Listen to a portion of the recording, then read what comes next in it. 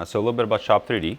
So we're sort of a new company. We've been around for 5 years. We just celebrated our 5 years anniversary. We're an expert team on anything that's 3D printing related, some CNC, some subtractive manufacturing as well as 3D scanning and vacuum forming and anything in between, so 3D design as well. And we sell quite a few machines and we provide a service for them as well. So if you ever need something, if you have problems setting it up, you need some training, stuff like that, that's our main sort of value-added proposition at Shop 3D. And we focus on professionals and companies and small businesses, education, government, all of that. So a little bit about me. My name is Felix. I'm the Senior Application Specialist here at Shop 3D. I've been 3D printing and designing for 5+ years now. It's been quite a bit of time since I started. My focus in school and just in the professional world has been on design for manufacturing and manufacturing in general. So if this is the first webinar of 3, the first one is going to focus on additive manufacturing workflows. The second one next week is going to focus on subtractive manufacturing workflows. And the last one is going to be presented by my colleague in Vancouver about the use cases and applications of all these technologies, specifically in architecture. So today we're going to cover some of it, but we're not going to go into too much detail. But if you do have a question, just drop it and we'll cover it. All right, so this is a quick overview. So additive manufacturing involves 3D printing in 2 different technology usually. Those are the most accessible. So you have FFF, SLA, and in additive you also have vacuum forming. Subtractive, we have laser cutting, CNC machining, and then 3D design, obviously the CAD part of it, and then 3D scanning and reverse engineering.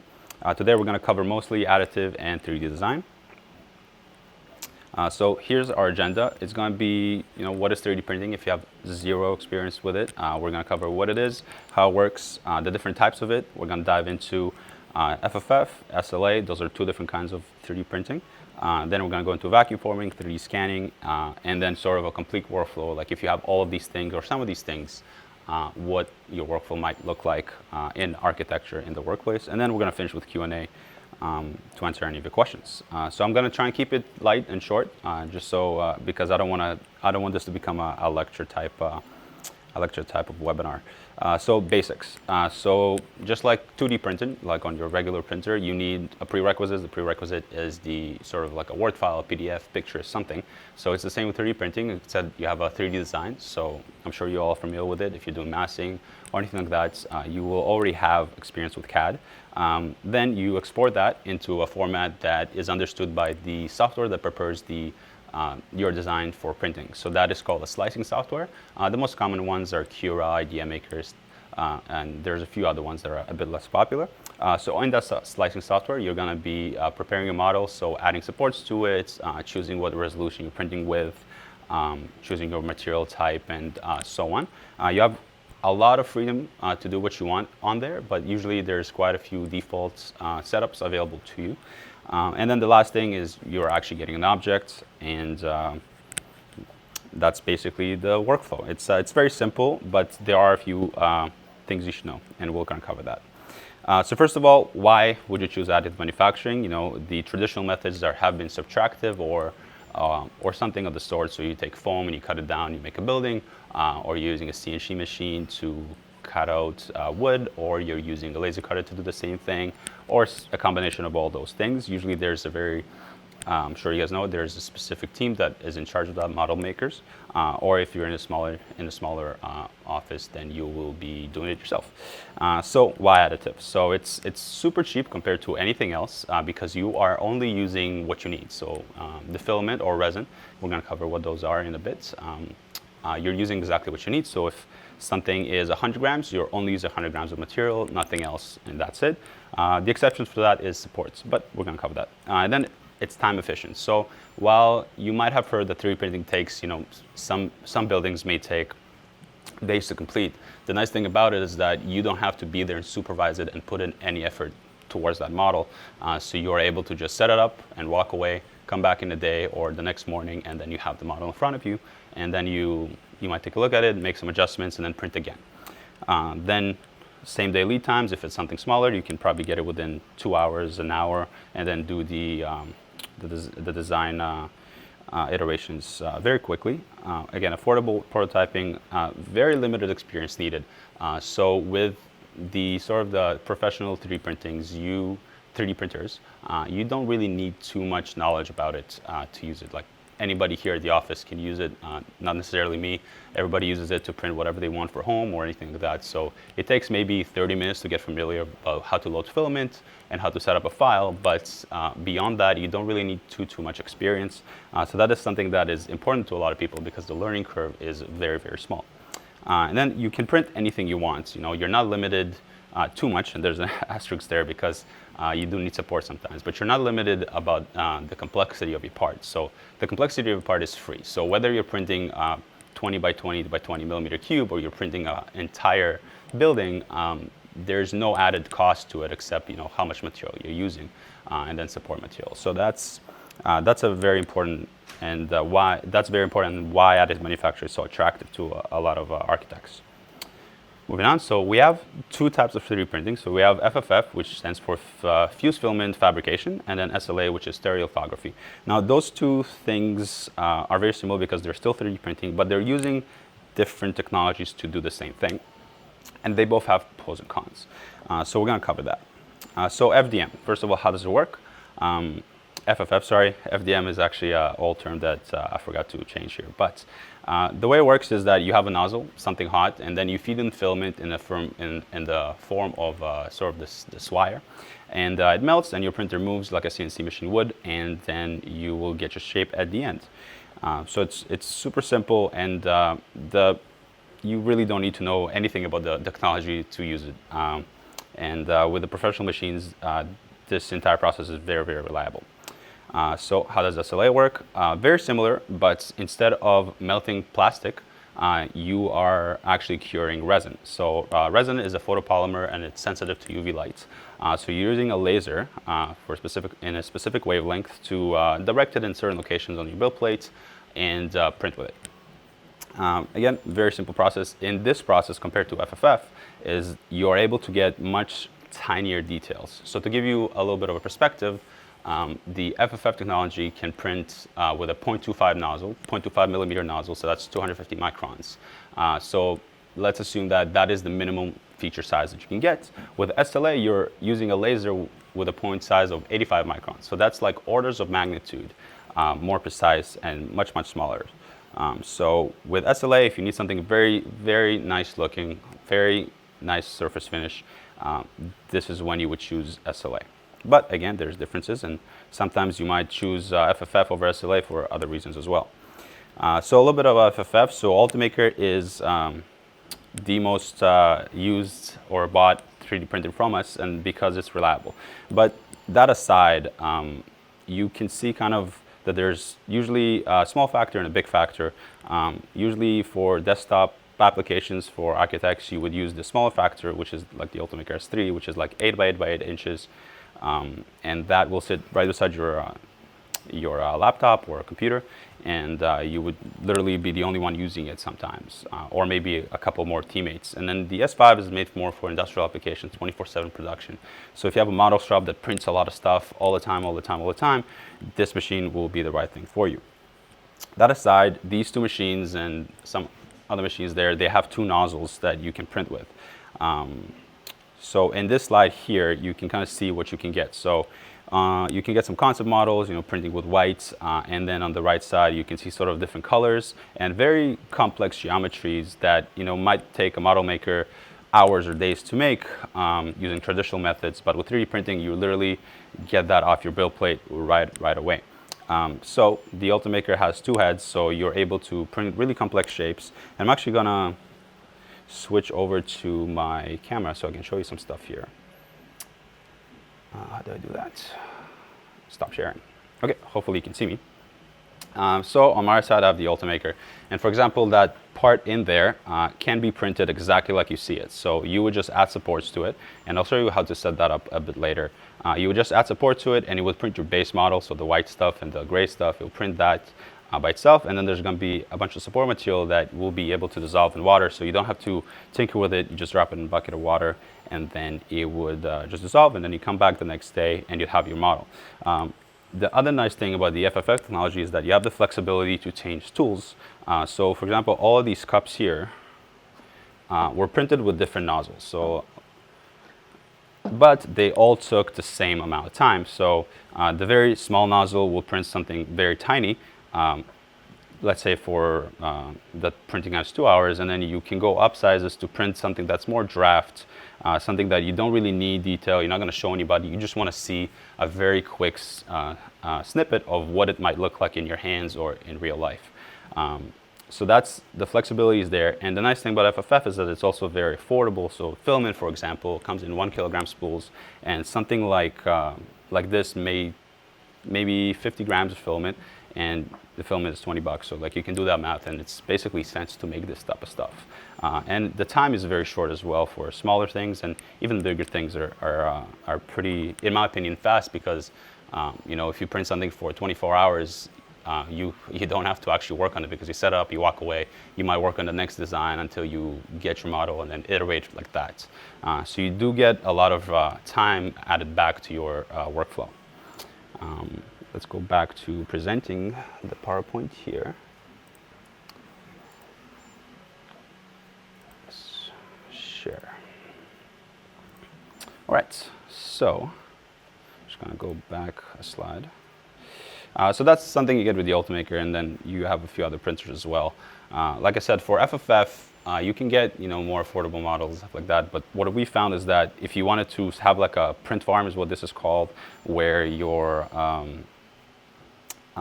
model makers have access to quite a few printers to make, you know, maybe work on a few different projects at the same time, then you want a reliable machine. You don't want things to fail, and that's why we recommend a reliable machine.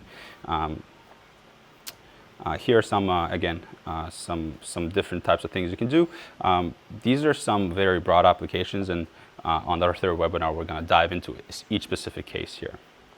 So concept models, massing studies, we've seen people do like massive massing studies, and then client presentations are super important, because you want to be, you know, there's a very big difference between seeing something on a computer that's rendered with light and all that stuff, but when you see it in real life, you actually get to kind of imagine yourself in that place and see things from different angles that you might not really get from VR or just seeing something on the computer in 3D.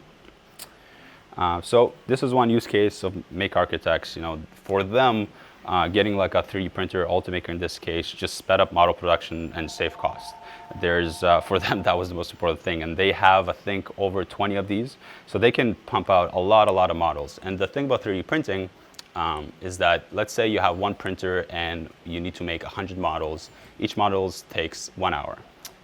That means that you have to spend 100 hours printing that project, for example. But now if you have two printers, you actually have that time, because you can print the exact same thing on both machines, and then it will take you 50 hours.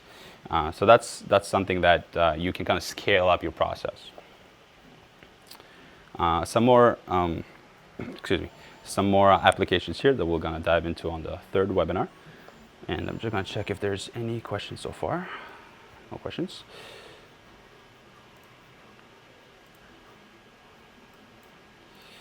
All right.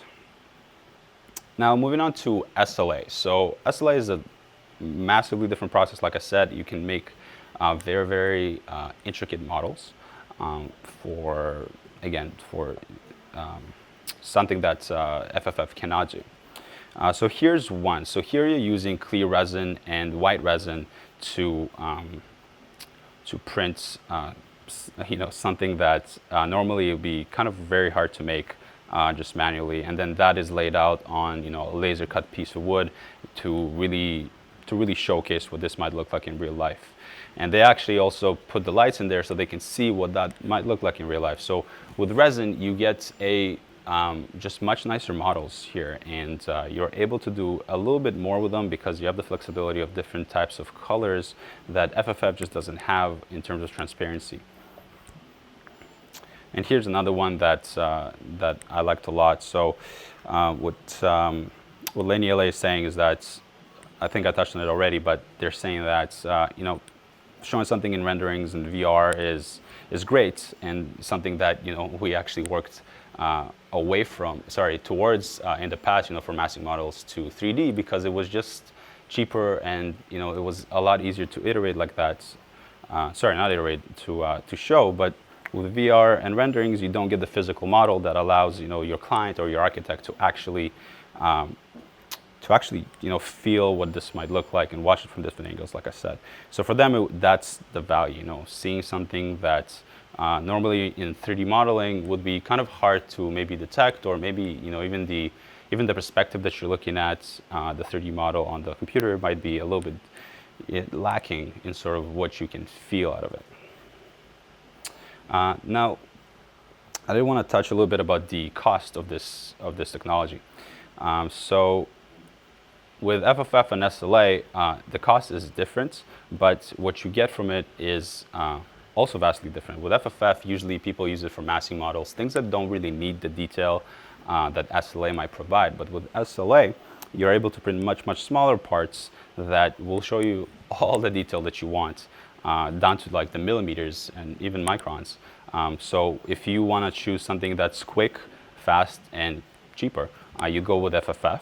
But with SLA, you will go for something that you need like superb quality on. So moving on to vacuum forming. So people use vacuum forming to sort of speed up processes for themselves and get a little bit of a different finished product. So the prerequisites for the vacuum former is actually a model. It may be 3D printed, it may be something else, but you need to form over something. Right? So you would design something on the computer, you would then print it on the Formlabs printer or something else, and then you would form over it. So the nice thing here is that you can get super clear parts, or you can get molds of, if you're going to be making 200 of a building that looks exactly the same. Sometimes it's actually faster to make a mold and make it that way rather than 3D print 100 buildings, because it just makes more sense in terms of cost and time. But having said that, you are losing the freedom to design anything you want. So that's the difference there. So here they want to see what this building here might look like in real life. So they might make all the structural supports and then put the clear 1 millimeter sheet over it to actually watch how it looks like. Maybe put some lights in there and see what's going on. Moving on to 3D scanning. So sometimes what we see is that somebody might actually make something like first in real life, and then they maybe carve it out or use some special material that maybe they don't really want to do on the computer, because it's, they don't really have that freedom of, actually making something with their hands. So with a 3D scanner, you're actually able to create something in real life, like a physical object, and then you would actually, create something, and then you would actually scan it. So you would scan with the 3D scanner, and then you would bring it into the computer to sort of finish the design, maybe make a few tweaks, 3D print it, make more of them. And that process is really nice for people that maybe they have CAD experience, maybe they don't. But either way, if you wanted to make something with your hands that was maybe too complex to make in CAD, or you didn't know how, or you just wanted to play around with your hands a little bit. But that's when you would get a 3D scanner and scan it. So to sum up the entire webinar, like I said, it was going to be a quick one that sort of goes right to the point. If you have questions, please drop them below. So what is your additive workflow? What might that look like? So depending if you have a file already or not, CAD, or you wanted to start from a physical object in real life, so you would create your object, you would 3D scan it, and then you'd go into this loop that maybe before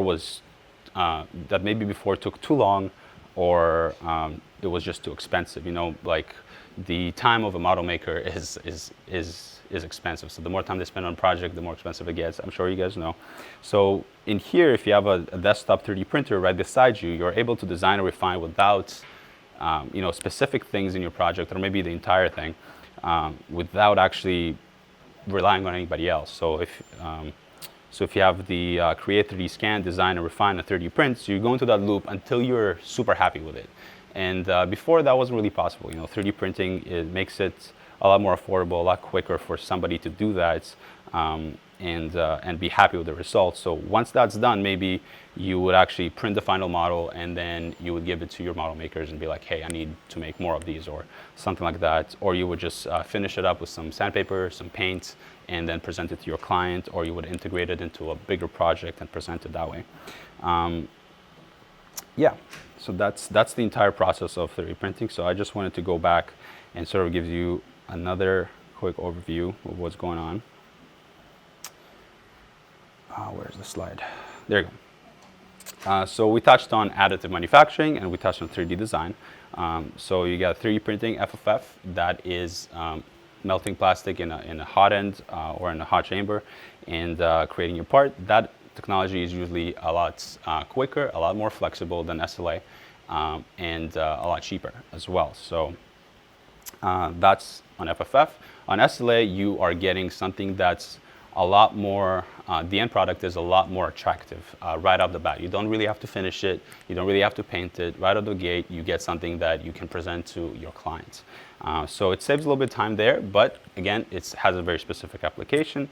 And then vacuum forming is more for if you had to make 100 of something of the exact same thing, you would make some molds, or if you have a very specific application where you needed the clarity of actually clear plastic, you would use a vacuum former.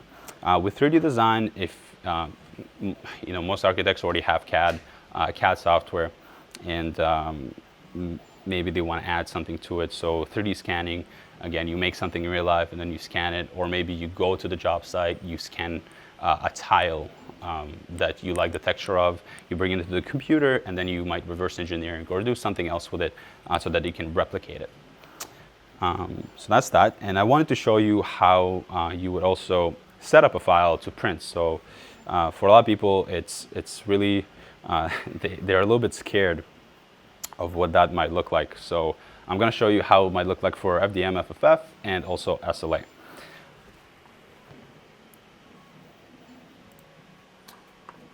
So I'm just going to share my screen to a different window.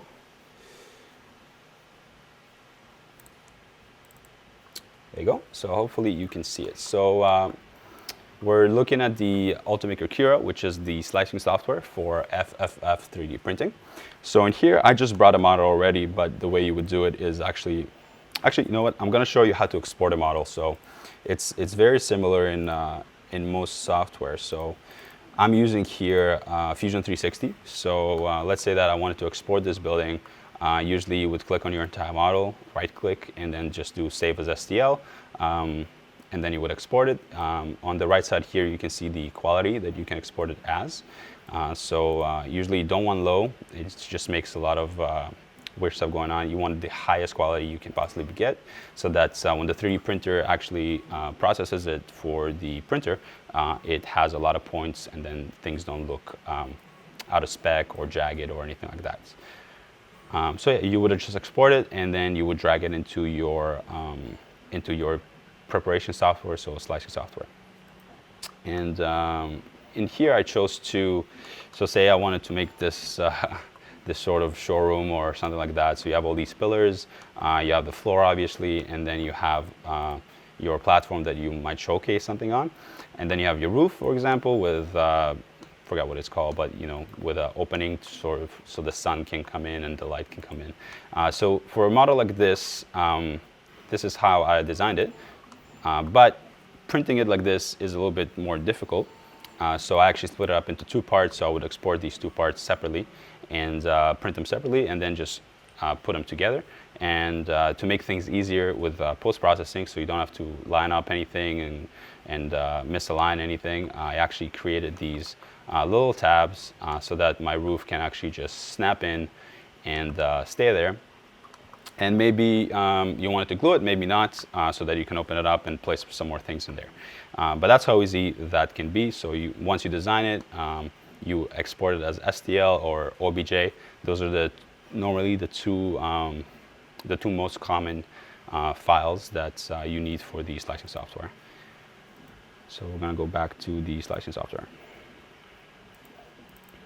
So here I already imported some floor plans, and a window might look as simple as this. So you have your printer on the left here, whatever it may be.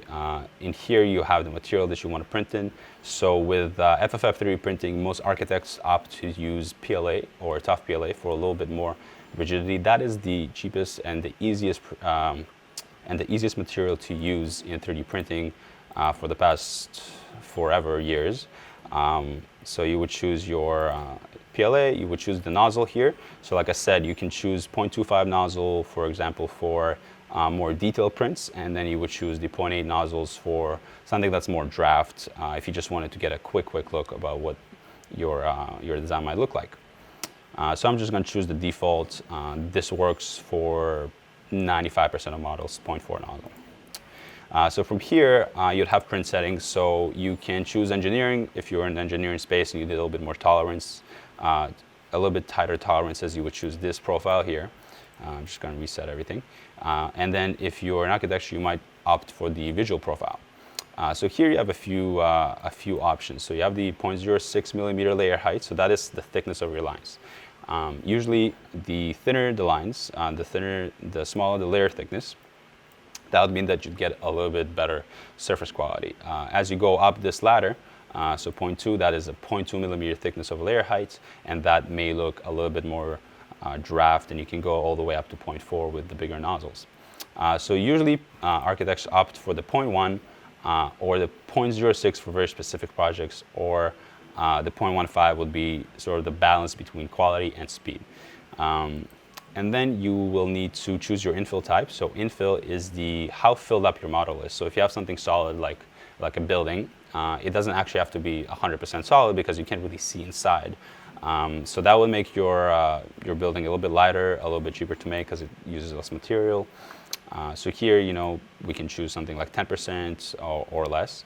And then we'd also use supports. So I mentioned supports before, and you might think that, hey, do I need to design my own supports in the software? The answer to that is no, you don't. So it's all automatically generated.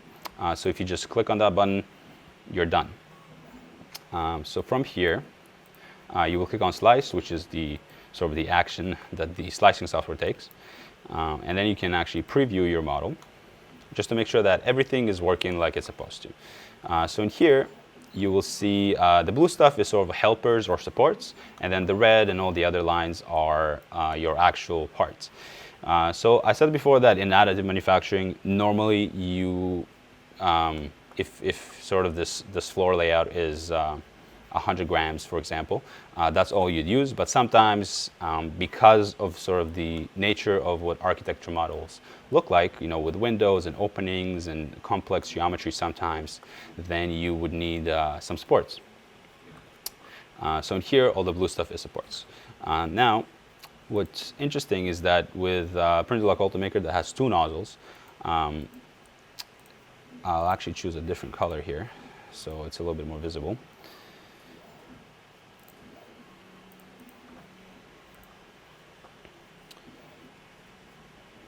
There you go. So here I chose sort of blue PLA if I wanted my floor plan to be blue for some reason. Usually, people print it in white. It's just so that I can show you. So in here you might see that all these support structures are actually also blue. So that might mean that they might stick a little bit too much to your part. You might break it when you might break your part when you're trying to remove these supports. So the nice thing is that with dual material printers is that you can select your soluble support material, so that's material that dissolves in water. So that's called PVA. There's a few other ones that are called BVOH and Aquasys, and those are for different types of applications, different types of materials. But usually PVA and BVOH would work with PLA. So if I click Slice, if we take a look at the print settings now, I'm actually able to select which of the nozzles, which of the materials rather, I want to use as my support. So this time I want to use the second material as my support. So that means that once I'm done with this model, once it prints and I remove it, I can just drop it in a bucket of water, wait for all the supports to dissolve, which usually takes somewhere between maybe 2 to 12 hours. You are actually just able to leave it overnight if you wanted to. And at the end of it, you will, so you see how the supports change a little bit, and that is just to support a little bit more reliability and a little bit nicer finish under those supported regions. So like I said, once you're done, you remove it from the plates and you are able to just toss it in a bucket of water, continue working on whatever you're working, and then come back to it, the day after or maybe in a few hours, once all the supports are dissolved, and then you actually have your model right in front of you. So that is the process for that. As you can see, I don't know if you noticed, it also gives you a time estimate and how much material you're using. So we're using about 45 grams, in a kilo, that's somewhere around $30. You're not using a lot of material, and your model is not costing you $100, it's costing you cents. But most important thing is time. So for bigger models, so this model is taking 15 hours about with the support, but now if I make it a bit bigger, and I can just scale it up here, and then I'll need to fit them in there. So you're able to manipulate your objects in here, rotate them and whatnot. And if I click slice again, so this is, I think it was twice as big maybe. Yeah, almost twice as big. So this should take about twice the time. Now, if I wanted to speed up the process for something this big, I would maybe opt to use the bigger nozzle, or I would use the thicker layer height so that they take a little bit faster. So we can wait for it to slice. It's going to take a bit longer just because we have more stuff going on here.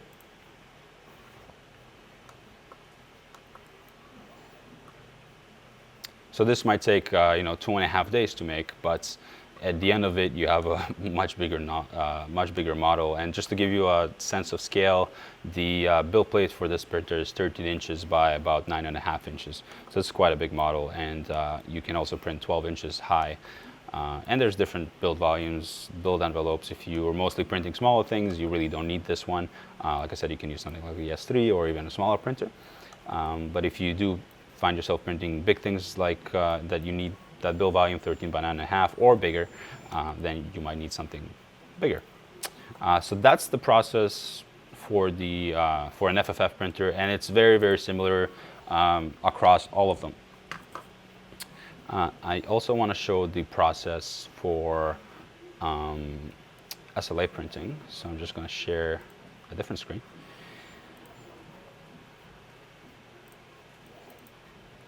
There you go. So this is Preform, which is the slicing software for the formless printer, the SLA technology.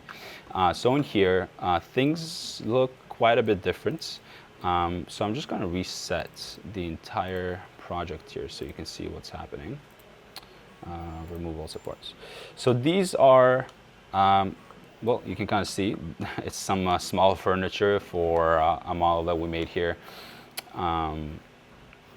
That will not come out very well on FFF printer just because of the scale of this. So that's why you would opt out to use the SLA printer, for example. So from here, you have a few ways of doing things. So you can use this magic button here. It's called one-click print, and if you click that, for example, this is all you need to do. So you don't have to think about layer heights too much. You don't have to think about how to lay out your models. You don't have to think about supports. It just sort of does it for you, and it would also lay it out for you as well. So on here, there's a progress bar that kind of shows you what's going on. There you go, and you're ready to upload a job. That's how easy it is. I did not touch on the post-processing of the SLA printer. So depending on the material that you might use, usually, again, architects stick with clear and white colors, maybe sometimes gray for their projects. But depending on the material, well, actually, all of the resin prints that you will ever make, you will need to wash them in alcohol. So that's one of the process. So once you are finished printing, you would drop it in a bucket of alcohol or an automated washing machine that will wash your parts from the excess resin that wasn't cured during the process. Because you're pulling it from a pool of sort of this liquid, it's sort of coated with uncured resin, and you want to get rid of that. And that entire process you need to do with gloves. So when you handle any of the prints, you need gloves, and you're going to drop it in the alcohol and then let it air dry for usually about 30 minutes. And then you're able to handle it with just your hands. for some reason I was, no, all good. With just your hands. So, yeah, so that's the process. With other materials, you actually also have to UV cure it to get the material properties out of it. But with standard resins like the white and gray and clear, you don't have to do the cure. Now, something that you've noticed here, most likely, is that all of these objects are actually not laid out flat like on the FFF 3D printing slicing software. And that is because with this technology, you actually want to angle it a little bit just so there's, and because it supports the way that it actually makes it, because each layer is secured individually and then the platform actually pulls away from the tank. And I'm going a little bit into detail here, but basically if you angle it, you'll get a little bit better surface quality and also reliability. So that's why you want to use the tools that they give you, the automated ones, to actually lay out your parts. Having said that, if we wanted to, I'm going to drop that base, that floor plan model into here. And then, yeah, there it is. So I'm actually going to delete everything else. So if I click that one-click button right now, what it will do is actually orient this thing in a weird way like this. And that is just because, you know, the machine thinks that this is the best way for it. And it probably is. But from experience, I know that I don't really have to do this. I don't even have to print with supports. All I need to do is lay it out flat, just like on the FFF printer. And then what I will get out of this machine is a much, much better surface quality that is basically the same as injection molding something or casting something. So this is no good. You don't want to do this. What you want to do is actually just print it exactly like this. And whenever you're doing something that the printer doesn't like, the software will let you know very clearly. So on the right-hand side, you have the printability section, and it will tell you, hey, the model is directly on the build platform, and that might not print properly. Having said that, I know that this will. So that is the process for SLA preparation of the models, which is, I think, a lot easier. But with SLA, you have the added post-processing steps like washing in alcohol and waiting for it to dry, as well as resin is actually not toxic. Well, yeah, it is toxic to our skin. So if you handle it with your bare hands, eventually you will develop an allergy to the resin that will just cause rashes. So definitely use it with gloves in a well-ventilated area. So that is all I have today. In the next webinar next week, we're going to cover subtractive manufacturing, and I'm going to go into more detail about how the subtractive manufacturing processes are actually complementing additive and vice versa. We'll show you a few projects that we've made here. And that is it. So I'm gonna open the floor for some Q&A. If you have any questions at all, please ask them. If you don't, that's okay. I'm sure you will have some questions later on about, you know, what's the right technology for me and how does this make sense for me at all? And sometimes the answer is no, sometimes the answer is yes. That is sort of what my job is, to talk to you and figure out if it makes sense for you. A lot of times, if people are unsure or they've never used 3D printing, I would actually print one of your models, and send it to you so you can review it. Maybe most of the time I see architects wanting to see both technologies, and they usually want to see the raw print. So if I'm printing something with supports on the FFF printer, they'll be like, hey, leave the supports on. I wanna experience what the model maker might think, or what you might think. And then SLA as well. So I would definitely wash them in alcohol so that you don't have to do that, because you can't really ship it that way, or handle it that way at all. But I will leave the supports on so that you can see what that experience might look like. And usually the supports literally you just pull your part from the supports and it comes off. And then if you really need to finish the surface so that you don't have these little dimples, that are caused by supports, you would actually take fine sandpaper, and it takes a few seconds to do depending on how big your part is. So that's that. If you wanted to reach out to me, you can email me at Felix, Felix, @shop3d.ca, or you can call us, or you can visit the website. We have a chat there. Any of those, or you can drop by a showroom even if you have an appointment. Normally, before COVID, it would have been just drop by and talk to us, and a lot of people do that still. But now you do have to make an appointment so that we don't have too many people in here. So that is it from me. I will wait a few minutes to see if you guys have any questions. And if you want me to just allow you to speak and talk to me that way, I'm just going to give everybody the ability to do that. So if you wanted to just unmute your mic and ask questions, you're more than welcome to. And that is it for me. So yeah, next week we have the subtractive manufacturing webinar, and the week after we have the applications with architecture. Are 2 nozzles the maximum you may have on a printer? Yes, for the most part, just because anything more than that is you might want to have a very specific applications for it. So if you have more than 2 nozzles, you can print with sort of 2 colors and support material, or if you have 5 nozzles, you can just increase that. So sometimes for very specific applications, you can do that, but there are actually add-ons. Yes, you can. Just to finish with the first question, there is actually add-ons to these printers where you can print up to 4 colors at the same time.